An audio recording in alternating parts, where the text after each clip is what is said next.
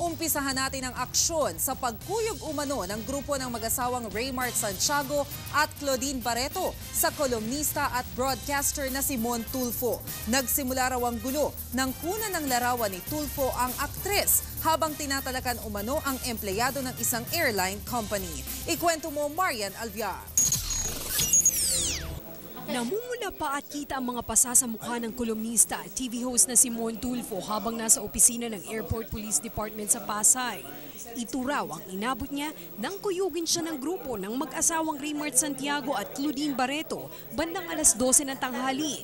Kwento ni Tulfo, galing siya sa Davao at kalalapag lang sa airport nang maagaw ang pansin niya ni Claudine Barreto habang tinatalakan ng ground stewardess ng Cebu Pacific. Galit na galit daw ang aktres dahil hindi umano naisakay sa eroplano ang kanilang mga bagahe at naiwan sa Katiklan. Nung sinusurot-surot, nung yung dinuduro-duro na niya yung ground stewardess, pa-dismiss daw niya, sabi ko, bakit ganun? Wala namang kasalanan yung tao. Kumuha ako ng photo. Nagulat na lang daw si Tulfo nang lapitan siya ni Raymart Santiago at pilit umanong kinukuha ang kanyang cellphone. Sa pag-iwas ay naitulak daw niya si Santiago at dito na siya pinagtulungan ng grupo ng aktor. Pilit na kinukuha yung aking cellphone. That started the trouble. So I pushed them. Yun ang umpisa ng away. Kinuyog na ako. Siguro mga pito sila. Pero ayon sa mag-asawang Raymart at Claudine, si Tulfo ang unang nanakit. Tinanong ko, ganito ang pagsasabi, sir, ano po ba yan? Bigla ako sinuntok. Mangiyak-ngiyak naman si Claudine habang ipinapakita ang mga pasa sa kanyang hita. Bakit ka nanununtok? Sumisigaw na akong ganun. Siyempre kasi sinuntok yung asawa ko, diba? Tapos, tinadyakan ako ng 2 beses sa legs. Ito yun. Napakita ni Claudine yung tama lang. Hamon ngayon ng aktres, ilabas ang CCTV video ng insidente para malaman kung sino ang unang nanuntok. Ang problema, hindi ito magagawa ng airport administration. Sinabi nila na initially walang nakunan na footage tungkol mismo sa insidente at the particular place na pinangyarihan. Posible rin daw kasuhan ng mag-asawa ang Cebu Pacific. Ang kababayan daw kasi nito ang punot dulo ng gulo.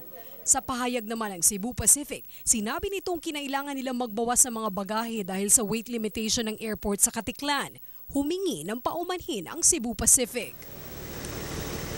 Marian Alviar, News 5. Kaugnay niyan, kumakalat na ngayon sa mga social networking sites ang isang YouTube video ng pagkuyog sa kolumnistang si Mon Tulfo. Makikita sa amateur video na nakapagpakawala pa si Tulfo ng ilang suntok at sipa. Bumagsak pa ang isang lalaking naka-pink na t-shirt pero hinedlock ni Raymart Santiago si Tulfo.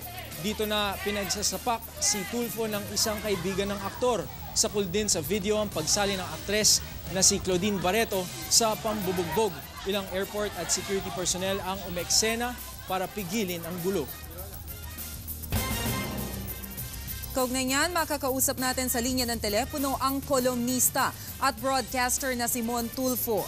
Magandang umaga po, Mr. Tulfo. Si Maricel Halili po ito. Kasama ko po si Atty. Mike Templo. Magandang umaga po. Sir, nagsampa na raw po kayo ng reklamo laban sa kampo nila Raymart Santiago. Ano po yung ikinaso ninyo? Gagaling ko lang sa Pasay City Police Headquarters at nagsampa ako ng kasong physical injuries at grave coercion laban sa kampo nila Raymart at Claudine. Pero sinasabi nga po na ang simula daw po ng away ay yung pagkuha po ninyo ng larawan doon po sa insidente. Pakipaliwanag nga po, ano po ba talaga yung intensyon ninyo? Bakit po ninyo kinuna ng litrato si Claudine? Alam mo yung unang-una, nagsisimpatiya nga ako sa kanya dahil nawalan siya ng bagahe. Pero nung naging personal na siya, minura-mura na niya yung ground stewardess ni yung pobreng babae hindi makapagsagot at wala talagang at sinasabi niyang ipapadismiss daw niya pagkatapos kailangan daw kunin yung address niya tapos sinisigaw-sigawan niya pinahihiya niya sa karamihan ng tao. Nagbago yung isip ko, sabi ko ay ibang klaseng tao ito, hindi ko siya kilala Tapos kinunan ko ng pictures, ng litrato, yung hinaharap nila yung pobreng empleyada. Sir, Doon nagsimula. Dahil sinita ako ni Raymart, kinukuha yung aking cellphone kung saan yung ginamit ko sa pagkuha ng incident, ng mga pictures. Sir, kung sakali bang nakiusap sila ng maayos para burahin ang mga litrato, pagbibigyan niyo po ba? Hindi ko pwedeng burahin yun dahil yun ang magiging basihan ko sa pagsulat sana sa aking ng column. So Susulat parang ako ng column at saka i-report ko sa T3 yung buong pangyayari. So sir, ang sinasabi nyo parang ito yung magsisilbing proof dun sa insidente, ganun po? Yung insidente, kasi ang pinagmulan nito nung yung aming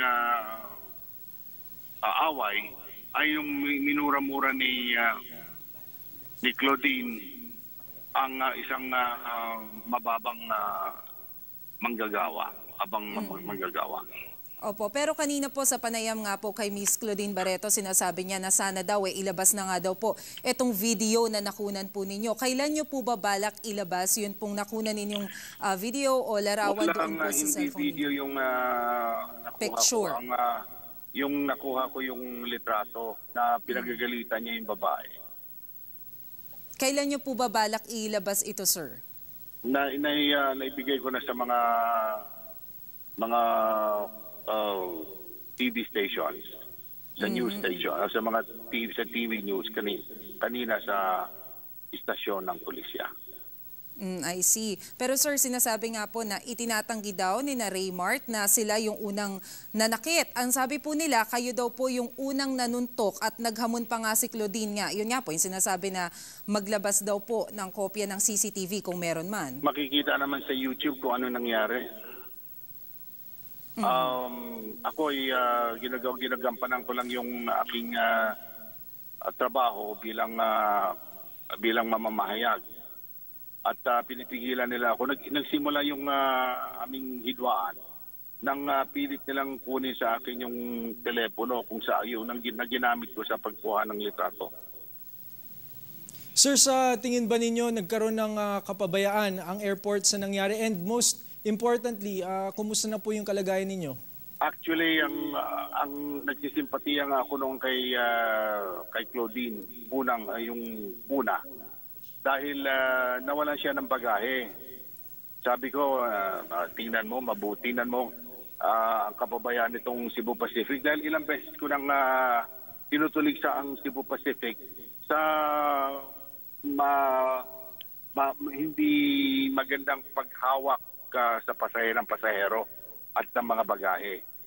In fact, bago nangyaring insidente, kumuha ako ng mga litrato nung kasi galing ako ng Davao nung aming yung sinakyan kong eroplano na pinababa kami sa stairs, sa hagdanan, samantalang mayroon namang tube. Sige po, Mr. Tulfo, hangad po namin na sana maayos na po itong insidenteng ito sa lalong madaling panahon. Maraming salamat po sa inyo, Mr. Mon Tulfo. Maraming salamat din.